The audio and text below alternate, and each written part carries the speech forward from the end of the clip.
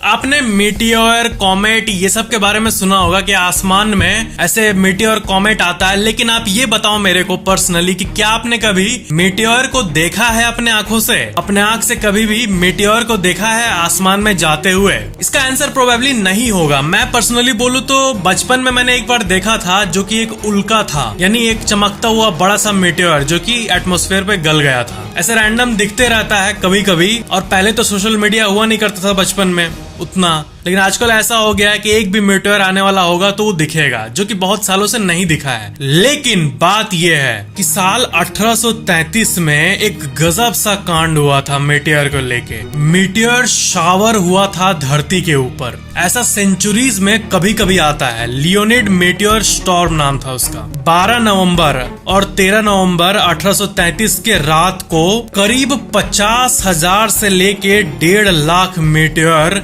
धरती के ऊपर गिर रहे थे। कोई बहुत बड़ा बॉडी का टुकड़ा था जो कि टुकड़े टुकड़े में धरती को अप्रोच किया था। एक नॉर्मल सा स्पेस में तैरता हुआ ऑब्जेक्ट का टुकड़ा था बहुत सारा वो, और यही एक मीटियोर शावर के रूप में दिखा था। यानी 1833 वाले लोग बहुत लकी थे जो वो ऐसे शावर को एक्सपीरियंस कर पाए थे अपने आंखों से।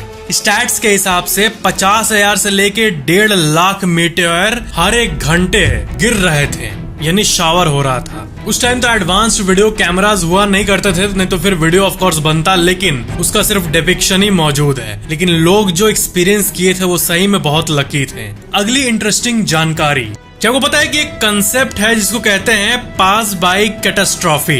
यानी अगर कोई कॉलेज या फिर कोई भी इंस्टीट्यूशन में कुछ कैटास्ट्रॉफी हो जाए, यानी आग लग जाए या फिर उस पर मीटियोर गिर जाए, तो इस कंसेप्ट के हिसाब से उस टाइम उस साल में जो स्टूडेंट्स हैं उनको एग्जाम नहीं देना पड़ता और उन्हें एकेडमिक क्वालिफिकेशंस मिल जाती है, क्योंकि स्कूल के अंदर मौजूद सारे पेपर सब कुछ जल गया होते हैं और स्टूडेंट्स का एक साल खराब भी हो गया होता है। तो उनको फिर से एक साल पढ़ाना इसके बदले और उनका टाइम वेस्ट करने के बदले वो पास कर देते हैं, और इसी कॉन्सेप्ट को पास बाय कैटास्ट्रॉफी कहा जाता है। ऐसा तो आज तक हुआ नहीं है, लेकिन ऐसा बहुत सारे यूनिवर्सिटीज में कहा जाता है। आज तक ऐसा नहीं हुआ है कि किसी इंस्टीट्यूशन पर मीटियोर गिर गया हो, नहीं तो यही अप्लाई होगा, पास बाय कैटास्ट्रॉफी। इस चीज के ऊपर कई आर्टिकल्स मिल जाएंगे आपको इंटरनेट पे। अगली इंटरेस्टिंग जानकारी, समुद्र का जो 95% अनएक्सप्लोर्ड है उसमें कई सारे अमेजिंग एनिमल्स आते हैं। एक बे स्कैलॉप नाम का एक जीव है ये। क्या आपने कभी इसके बारे में सुना है? बे स्कैलॉप ये बहुत ही अमेजिंग जीव है, क्योंकि इसका,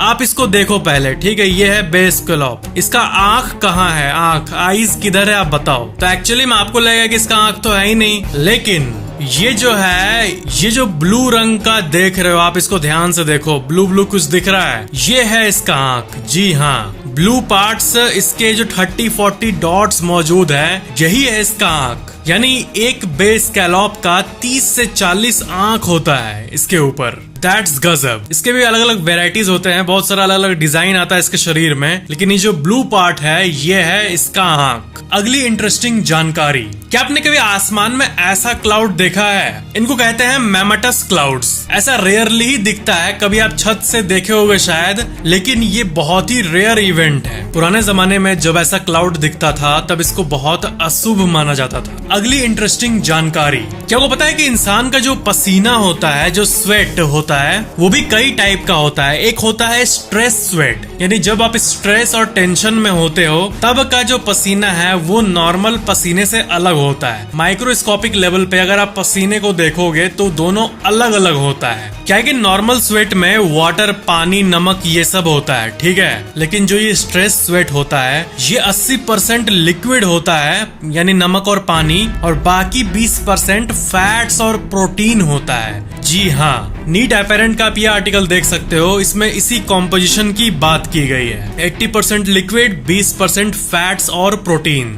जो कि बहुत ही अजीब बात है। और जो ये स्वेट होता है उसमें ज्यादा बैक्टीरियाज आते हैं उसी फैट और प्रोटीन को कंज्यूम करने, और ज्यादा बैक्टीरिया मतलब उस स्वेट से ज्यादा स्मेल, यानी नॉर्मल से ज्यादा स्मेल करता है टेंशन और स्ट्रेस में आया हुआ पसीना। अगली इंटरेस्टिंग जानकारी, देखो ये एक इंटरेस्टिंग सा ऑप्टिकल इल्यूजन है। इसमें आप देख सकते हो कि 2 छेद है, ये और ये ऑरेंज वाला। तो कौन सा ज्यादा बड़ा है, ये वाला या फिर ये वाला? कॉमन सेंस से, नॉर्मल ग्लैंस से आप देखोगे तो आपको लगेगा कि राइट वाला, ये वाला बड़ा है, लेकिन असल में ये बड़ा नहीं है। दोनों एक्चुअली में एक ही साइज के हैं, बस ये आंखों का धोखा है। ये जो है ये बड़े बॉल से घिरा हुआ है तो हमें वो छोटा लग रहा है, लेकिन अगर आप इसको एग्जैक्टली मापोगे तो दोनों एक ही साइज का है। अगली इंटरेस्टिंग जानकारी, एक फैक्ट बहुत ज्यादा सर्कुलेट होती है कि कोका कोला जो है वो अपने पहले ईयर, कंपनी के फर्स्ट ईयर में सिर्फ 25 बोतल बेचा था, लेकिन ये ट्रू नहीं है। असल में कोका कोला जो है उसके ऑफिशियल वेबसाइट पे आप देखोगे तो वो पहले साल जब कंपनी पहली बार बनी थी तो सिर्फ 9 ड्रिंक्स पर डे बिकते थे उनके, सिर्फ 9,